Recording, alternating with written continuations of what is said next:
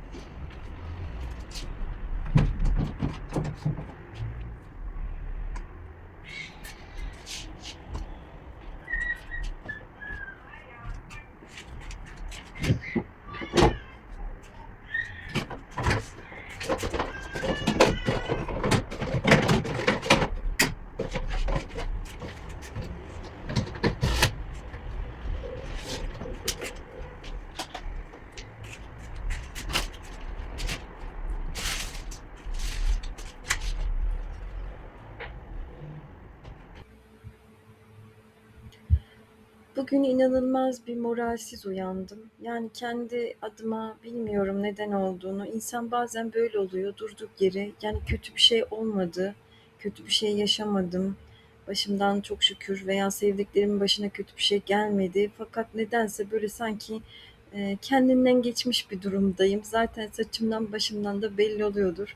Arkadaşlar insanlar her zaman yataktan kalkar kalkmaz böyle ne bileyim saçını tarasın, makyaj yapsın falan değil hayat. Gerçekten aslında hayat tam da bu işte. Bazen biz bayanlar çoğu zaman yataktan kalktığımız gibi önce ev işine veriyoruz kendimizi. Eğer ki zaman kalırsa sonrasında da kendimize zaman ayırıyoruz. Ben de bugün o başlangıcı bu şekilde yaptım. Yani maalesef öncelik eve ve sonrasında kendime diye düşünüyorum. Bakalım sonrasında gücüm kalacak mı kendime?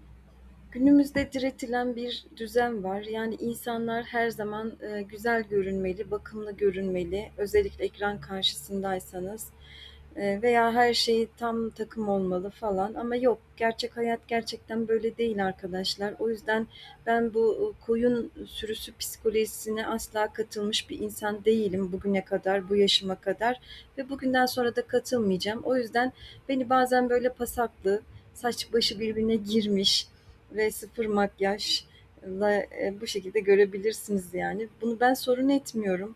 Edenler varsa da zaten kendi bilir, izlemeyebilirler yani. Ama şu var ki ciddi anlamda bu sizi önemsemediğim anlamına gelmiyor. Bazen insan bu duyguda olabiliyor veya günlük hayatta sadece rol amaçlı değil, gerçek hayatımı sunduğum için de size normalde insanlar böyle olur zaten. Yataktan kalkar, gözünü açar, elini yüzünü yıkar. Bazen saçını bile taramaz benim hesaptan ve işe başlar. Ben de öyle yaptım bugün. Umarım zorunuza gitmemiştir.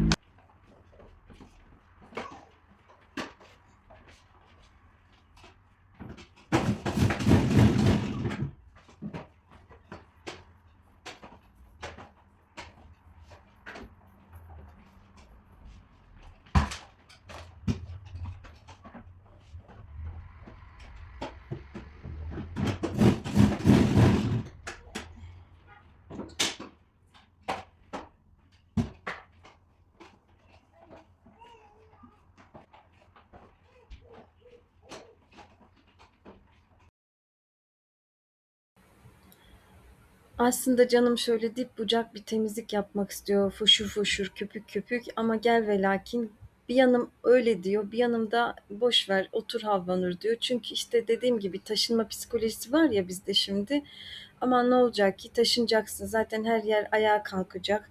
Zaten bir şekilde o düzen tekrar bozulacak mantığıyla. Umarım tez vakitte iyi bir ev buluruz kendimize göre de bu psikolojiden kurtuluruz.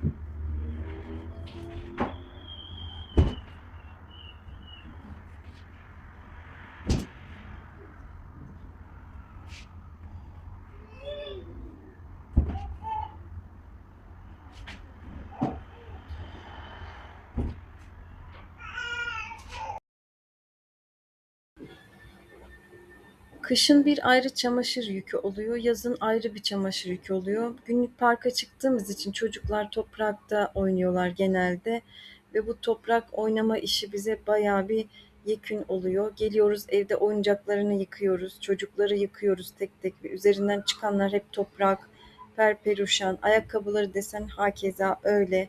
Yani bu park bize ciddi anlamda çok yorucu oluyor. Sonrasında da öncesinde de Allah cidden annelere sabır versin, bize de ayrı sabır versin.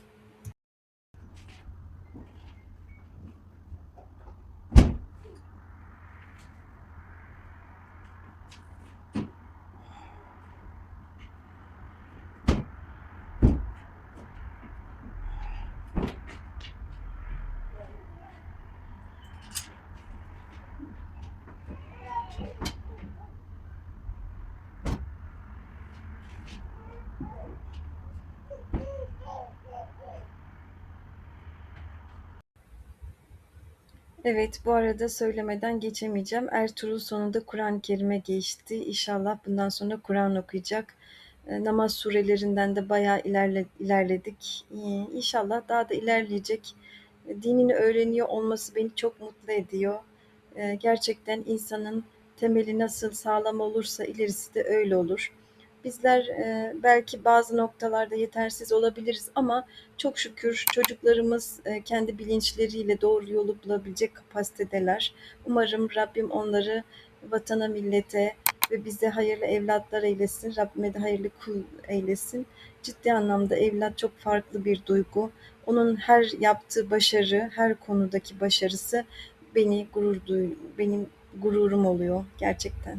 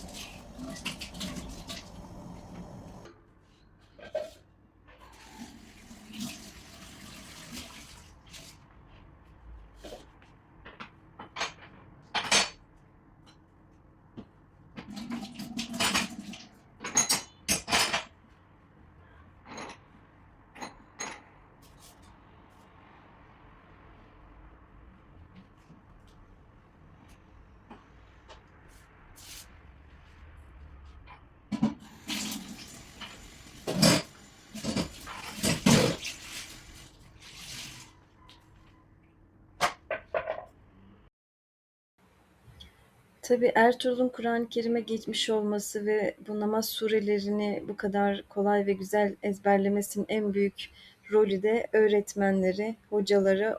Onlara buradan çok teşekkür ediyorum emeklerinden dolayı.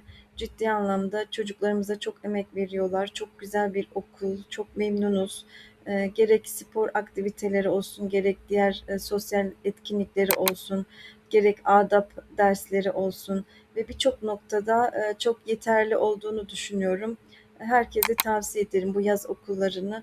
Ciddi anlamda hem çocuklar eğleniyorlar, yeri geliyor at binmeye gidiyorlar, okçuluk yapıyorlar, maç oynuyorlar. Yani bir erkek çocuğunun yapabileceği veya kızlara da ayrıyeten var. Kızların da yapabileceği o kadar güzel etkinlikleri var ki herkese tavsiye ederim. Bu yaz okulları çocukların kendini geliştirmesi için çok güzel bir imkan.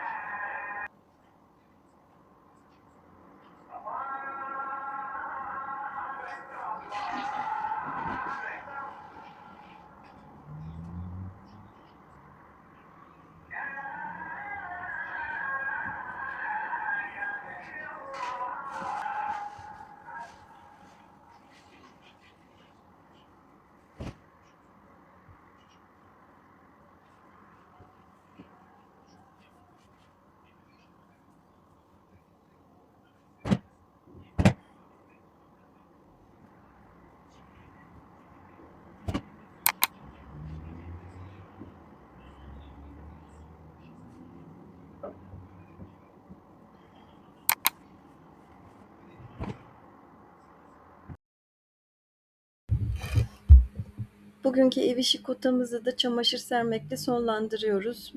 Yeteri kadar doldurduğumuza inanıyorum. Gereken bütün işleri yaptık ve evim tertemiz oldu. Ertuğrul Bey'imizi bekliyorum. Gelsin, gönül rahatlığıyla onunla vakit geçireceğim. Ders çalışacağız, oyun oynayacağız, parka gideceğiz.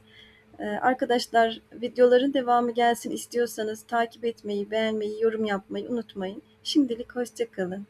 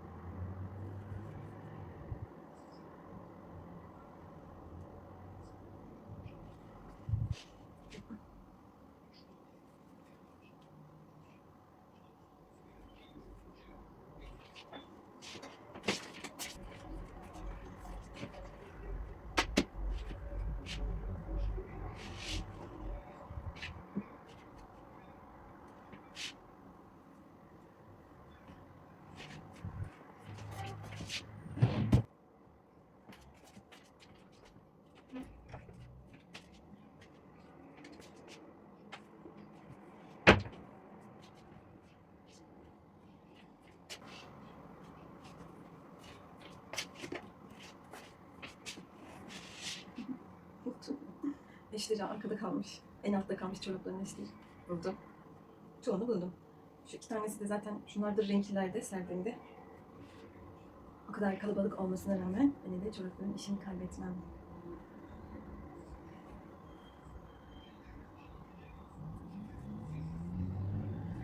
Buldum.